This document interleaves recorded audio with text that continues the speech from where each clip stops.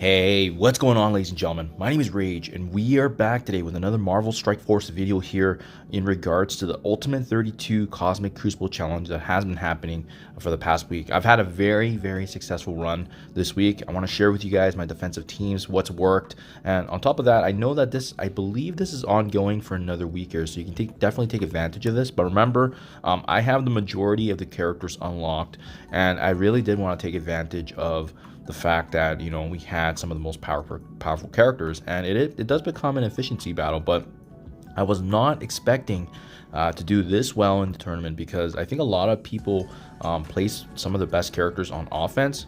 Conversely, I actually placed some of my strongest characters on defense, and that's really been kind of the game changer, right? It's been a very one-sided challenge. As you can see, I am pretty sure my opponent already gave up, because some of the defenses I have are just I don't even know what to do against it. But yeah, let me know, guys. Let me know. I'm going to show my defenses here one room at a time. Let me know if you see any holes, any weaknesses. But I also want to point out this, right? Remember, even though, you know, obviously we're just having fun, we're just, you know, going through the motions, having a good time, the rewards actually don't really mean too much. You know, even if you take a look at where you rank #1 here, you know, that doesn't really differ at all from the bottom rank there. The only difference really is these elite Crucible credits, which don't really mean much. There's training materials, which you get a little bit more of. But so in the grand picture, guys, this is really just for fun. So just remember, don't take it too seriously. But if you want to obviously be competing and, you know, doing the 3 matches around a week, definitely been adding a bit of a zest in the game for myself, especially seeing the different combinations that we've been up against. So without further ado, guys, let me show you what's worked, because I think it's gonna be pretty boring just to show you all the matches that's been completed. But really, it's gonna be 3 main teams that's been very impressive on my defense.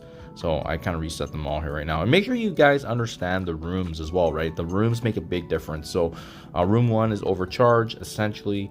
Specials costing more, ultimates costing less. Pretty standard. We've seen this in past Crucible challenges. Uncanny Avengers. This one was very interesting because the X-Men characters count as Immortal and Uncanny, and then they also count as Mighty Avengers and Uncanny Avengers. So it was kind of nice that they had that little switch up. Obviously, utilizing the prowess of Uncanny as well as Immortal can take advantage of that quite immensely. And then last but not least, Turtle Shell. This one was by far interesting because you're, you know, really adding characters that gain additional barrier. They're going to be getting extra HP, extra damage at the same time. And then on death, they also have a barrier. So really, if you have tanky characters, they're going to do exceptionally well. But I really took advantage of the rule, because this room became actually my winning room.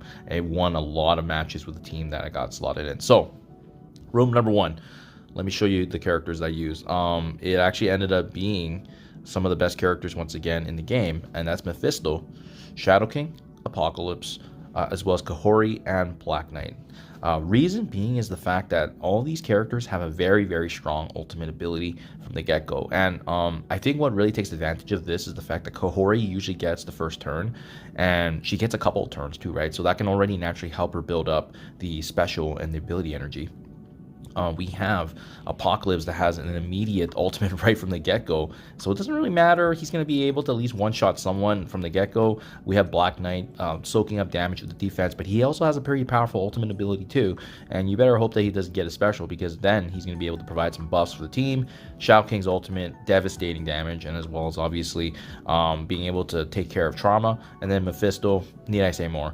Obviously, guys, if you don't have some of these characters for the defense, hopefully you have Shadow King or Black Knight or Kahori. They do make up obviously the core component of this, but having Mephisto and Apocalypse is really what's been frightening for my opponents, because they actually have not had an answer for this room yet.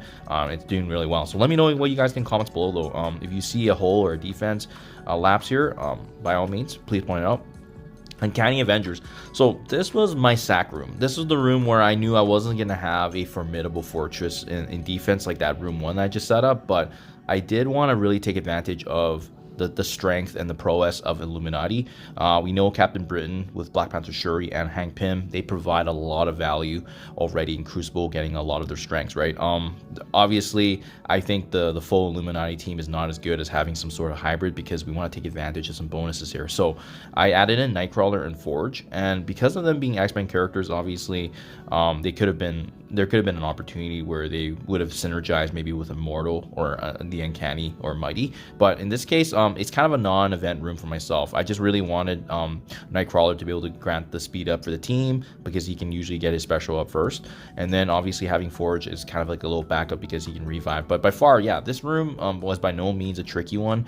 It was just a different dynamic one that took advantage of Crucible bonuses and kind of leveraged each other, and made the I believe Nightcrawler and Forge makes Illuminati a better team as a whole, as opposed to having the other 5 members. But yeah, this was probably the only room that my opponents actually didn't have too hard of a time with. You know, usually only 1 attack or 2 maybe, but it's because, you know, Captain Britain and as well as Black Panther Shuri, Hank Pym, they're still very, very formidable. And the fact that we have this Crucible bonus here, you know, with the non-events and not really benefiting any other team specifically, makes them very formidable. They're one of the best in the Crucible game mode so far.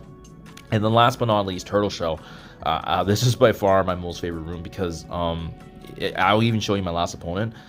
The number of attacks it takes to take down this room is kind of what has won me the majority of my matches. And I used, by definition, for me, a lot of kind of different mechanics here. First of all, we have Skrull obviously getting usually the first turn, with him having a good turn meter, especially with synergizing with villains. We have the fact that the Annihilators are one of the best teams in the game, so characters like Gladiator, that's already tanky and has high barrier mount, he's going to get even tankier. And remember, Thanos' endgame passive that completely wipes the board when he drops below that threshold. We have Val also providing exposure in addition to a Skrull, which allows Thanos' endgame to generate ability energy. And then usually you would have a very quick turn with Gore as well, and he can remove charges that, you know, work against us.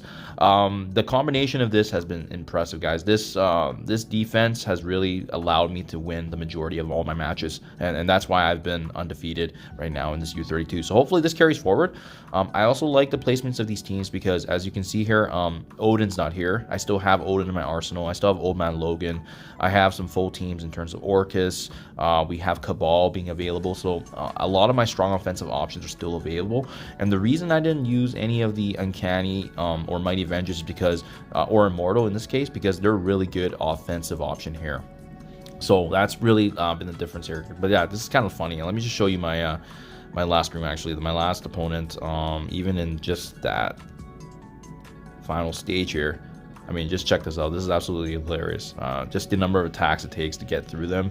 Val is usually the first option, but you can see enemy using even Cabal mixed in with Skrull and Apocalypse could not get the job done. They brought in Night Stalkers. They brought in Masters of Evil. Mind you, my opponent was weaker in terms of characters, but I mean, just the fact that my team is getting double, triple exposed and they're still winning is pretty impressive, right? And then even bringing in finally the Astral team that finished them off. But pretty impressive to say the least, guys. So yeah, that is in a nutshell my defense, guys. I'm planning to use the same thing because they worked out really well. We'll see how the next week progresses, but in the meantime, if you guys have similar teams, hopefully this is helpful. Hopefully it gives you, again, the easy victories here. But remember, in the grand scheme, this is all just for fun. The rewards don't really mean much, but if you're just having fun, having a good time, that's what it's all about, guys. Happy gaming, happy Friday. I'll catch you guys in the next one.